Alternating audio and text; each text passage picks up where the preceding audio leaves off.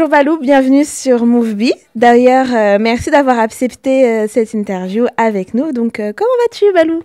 Moi, ça va très bien, et toi, madame? Bah écoute, Madame MoveBee, alias Gabriella, elle va très très bien. Donc habituellement, c'est toi qui fais des interviews. Donc aujourd'hui, on change un peu les rôles. Donc ça te fait quoi un petit peu? Ça change, non? Ça change, mais je sens qu'on va bien délirer et t'as l'air un peu plus folle que moi, donc on va voir. Déjà, il y a un truc qu'il faut que tu me dises. Je me suis toujours demandé pourquoi Balou. C'est quoi ton vrai blaze en fait? Balou, c'est quoi? Il y a une anecdote avec le livre de la jungle, il y a eu quelque chose, il y a eu un mix. Qu'est-ce qui s'est passé? En fait, quand j'étais plus jeune, j'étais animateur pour enfants, etc. Et j'ai commencé à 18 ans, j'ai eu le BAFA, tout ça. Et il y a un petit, quand j'étais en colo, c'était au ski. D'ailleurs, quelle erreur d'avoir fait cette colo, il y a eu que des anecdotes de ouf. Mais en gros, il y a un petit qui arrêtait pas de me dire hey, t'as des grosses fesses, vas-y, je vais t'appeler Balou, Balou, Balou. Après, tous les petits, ils ont commencé à m'appeler Balou. Et je sais pas, après, je me suis dit, bah, c'est un délire et tout, vas-y, et je me suis appelé Balou. Et depuis que j'ai 18 piges, tout le monde m'appelle Balou. Mais je ne dirai pas mon âge actuel. Donc, est-ce que tu vas nous dire ton vrai prénom ou pas, ou ça reste secret? Mon vrai prénom, c'est Lénaïque. Lénaïque, Ouais. c'est joli, Lénaïque. Lénaïque, ouais, Balou. T'es en train de me gérer, là, ou... Non, bon, plus sérieusement, tu as intégré l'équipe Génération Animateur sur la radio 88.2, un petit pub, et tu l'as annoncé sur ton Twitter, parce qu'on connaît déjà, tu annonces pas mal de choses sur ton Twitter, sur les réseaux sociaux. Comment en fait ça s'est passé cette connexion, parce que Génération, c'est pas rien quand même. Bon, en fait, moi, à la base, j'avais mon propre site qui s'appelle French Def, qui est toujours dispo, etc. Sur lequel je faisais mes interviews, qui s'appelait Les Balou Show, sur ma chaîne YouTube. Et je faisais mes interviews un peu avec mon équipe, etc. Et il y a Monsieur Laurent, d'ailleurs, que je remercie, qui était l'ancien programmateur de Génération, qui m'a contacté, qui m'a dit vas-y, est-ce que t'es chaud, etc., etc. Il m'a contacté en 2014. Ça s'est pas fait la première année. Et non, en 2013, ça s'est pas fait la première année. En 2014, il est revenu vers moi et tout. Et il me disait ouais, j'accroche vraiment à ton travail. Et je lui ai dit ouais, mais moi j'ai jamais fait de radio, je sais pas, etc. Et du coup, c'est lui qui m'a vraiment tout appris, qui m'a initié au monde de la radio, qui m'a appris les codes. C'est vraiment encore une fois, je le remercie, c'est vraiment un bon gars. Et depuis, je suis dans l'équipe Génération et ça se passe bien, c'est cool. C'est le turn-up show. Bah c'est plutôt pas mal ça. Bon, Laurent Laurent, moi aussi, je veux être ton Génération.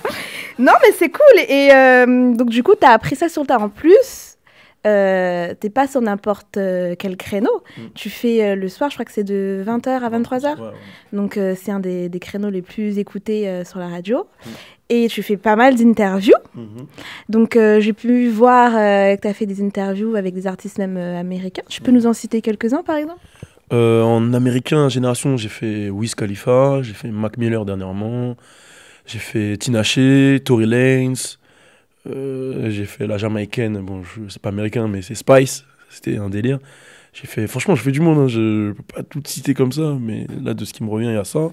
J'ai fait qui? J'ai fait P-Rain, le gars à Drake, franchement, j'ai fait plein de monde. Je te dis la vérité, là, en tête, j'en ai pas, mais j'en ai fait plein. Et en artiste français, quand même, alors là, il y en a beaucoup. Hein. Pour ne pas dire quasiment tout le monde, c'est plutôt qui je n'ai pas fait. Non, mais en français, non, j'ai fait quasiment tout le game. À chaque fois qu'il y avait, on va dire, une promo d'album, etc., ben, l'artiste passait à la Génération et tu vois les folies qu'on lui fait faire avec DJ T-Time. Et voilà. On va revenir aussi sur DJ Titaï, hein, parce que tu es partout. Mais, et du coup, en fait, je suppose qu'avant, tu ne faisais pas forcément beaucoup d'interviews. Les points positifs, négatifs? Qu'est-ce que tu aimes faire? Ou quel artiste vraiment ça t'a vraiment intimidé lors de tes interviews? En fait, j'ai pas eu vraiment d'intimidation. Genre, on va dire que déjà à la base, je suis un mec, j'ai peur de rien. Depuis que je suis tout petit, je me souviens, j'avais 9 ans, on me faisait faire du théâtre devant je sais pas combien de personnes, etc. Je suis pas un mec qui stresse ou qui est intimidé, mais il y a un artiste en particulier que j'ai trouvé vraiment lourd, c'était Wiz Khalifa, dans le sens où c'est quand même une rockstar. Le mec, il a quand même fait le milliard de vues avec See You Again. Il a quand même un passif, tu vois. Et c'est un mec que j'écoutais depuis 2010, etc. Je crois que c'était Cushion Orange Juice, c'était son projet à l'époque. Et le voir en face comme ça, et le mec est simple en fait, tu vois. C'est un mec qui est millionnaire, qui était dans le classement Forbes et tout, et il vient tranquille, faire la main, il se pose, il délire avec toi, il s'ambiance. je le recroise après au concert de A$AP Rocky, il me reconnaît, il redélire avec moi. Et c'est vraiment, lui, ça m'a marqué parce que je me suis toujours dit, un mec de ce cadre, de ce niveau-là, c'est sûr, il va faire le mec, quoi. J'ai pas le temps. Hein. Et le mec, il est super simple. Limite, on avait l'impression que c'était un mec que tu croises à Châtelet, quoi. Tu vois. Ouais, et puis souvent, les stars américaines, ils ont une sale réputation.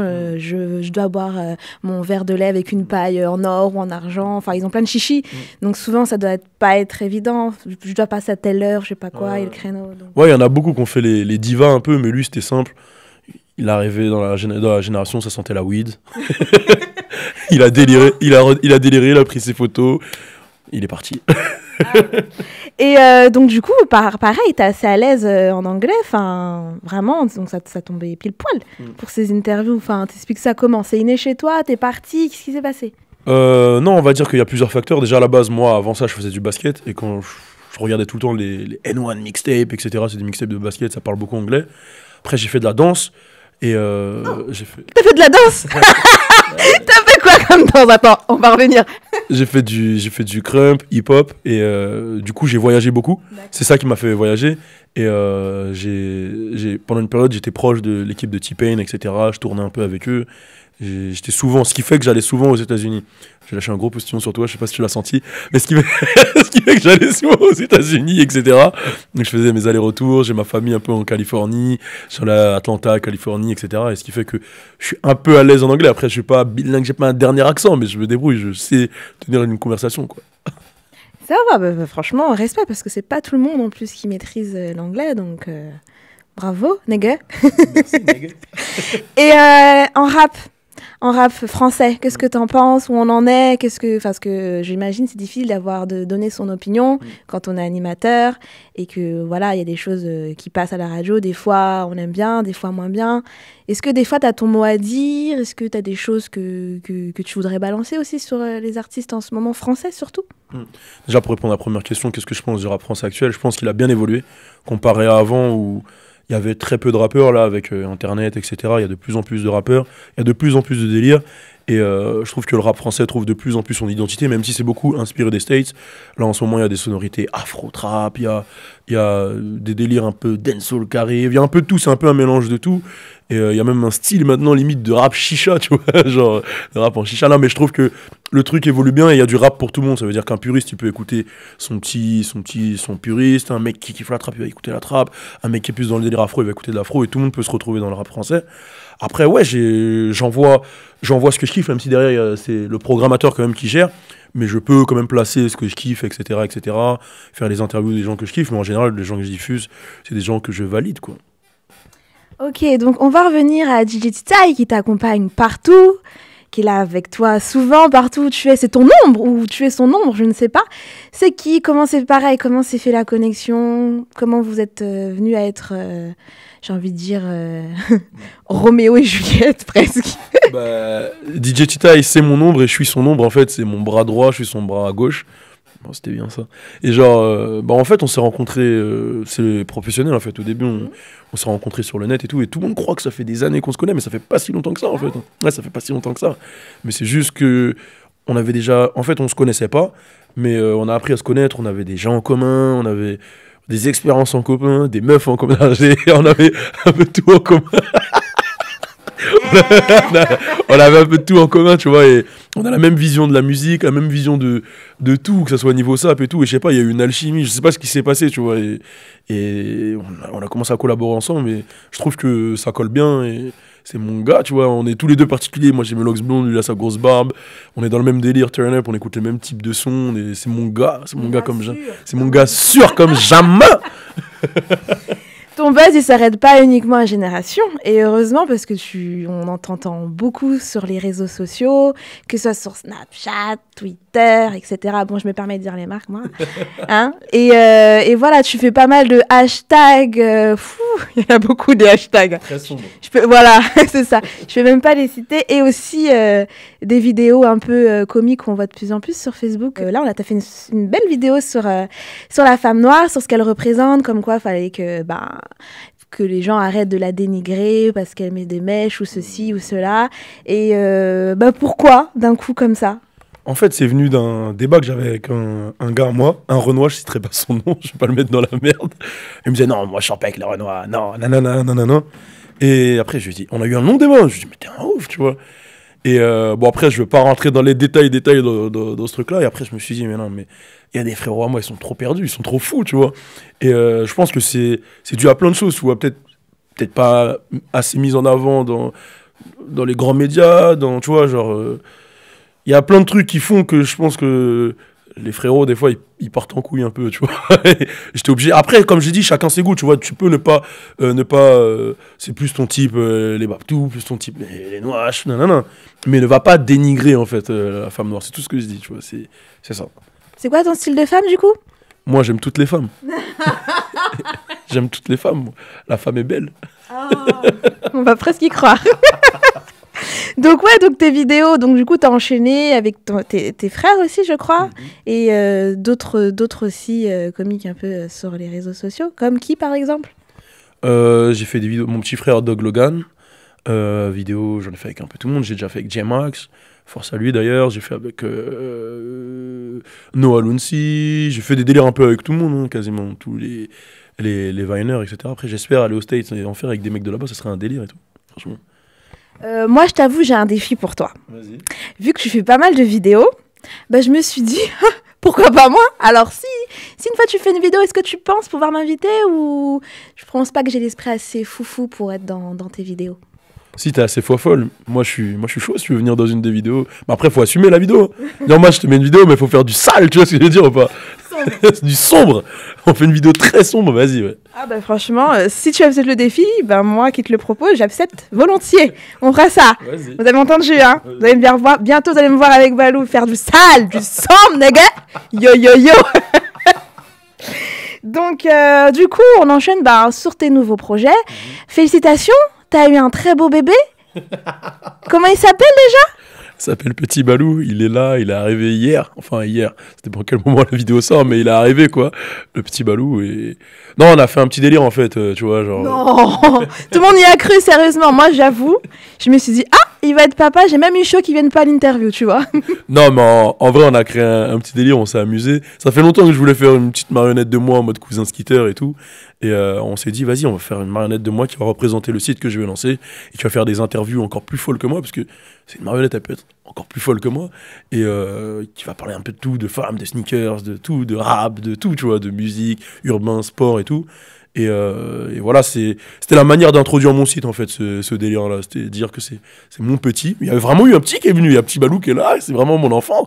Il a des dreads. C'est un petit. Il faut dire que ça a été scénarisé aussi. J'ai vu la vidéo sur Facebook.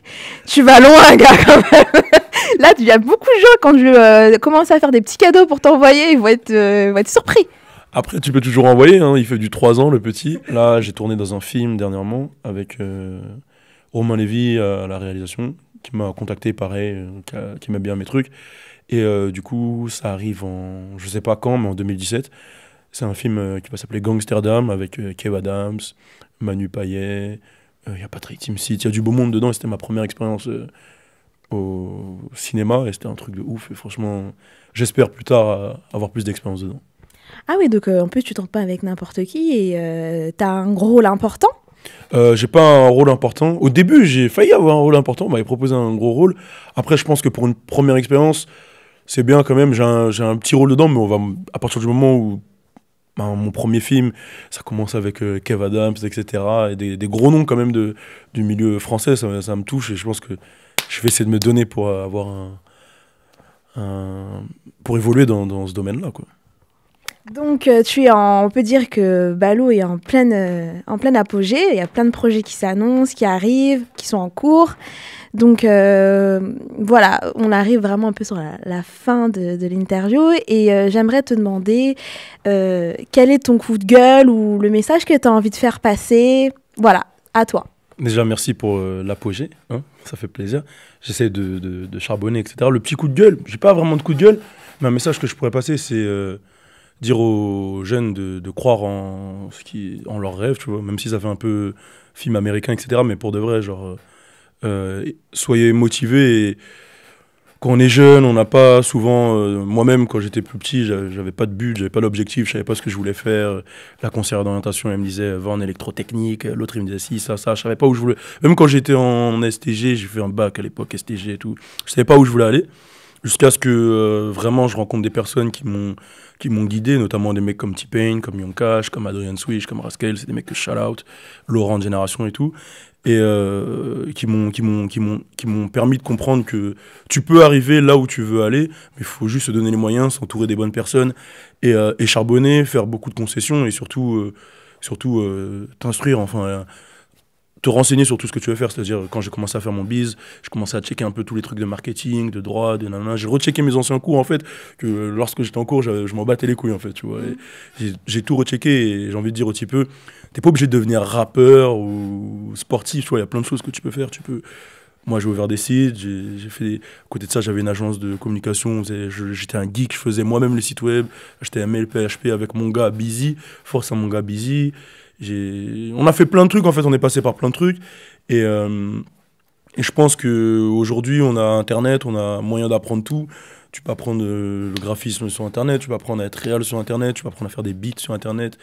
Il faut juste se donner les moyens et croire en son dream et se donner les moyens. Voilà, c'est mon petit message que j'ai dû dire aux neugeux. Et lancez-vous, n'ayez pas peur, même si les taxes là, ça fait mal. Le RSI, si tu m'entends, arrête de nous taxer comme ça. C'est trop dangereux, quoi. Voilà, Bah franchement, merci. C'est vraiment sympa d'avoir participé à l'interview. On te souhaite beaucoup. Je te souhaite beaucoup de courage, que ça continue, la route continue, de belles choses. Et n'oublie pas un autre défi, hein, déjà. Et et franchement, voilà, j'espère que ton site va bien marcher. J'embrasse très fort le petit Balou. C'est dommage qu'il n'a pas pu venir.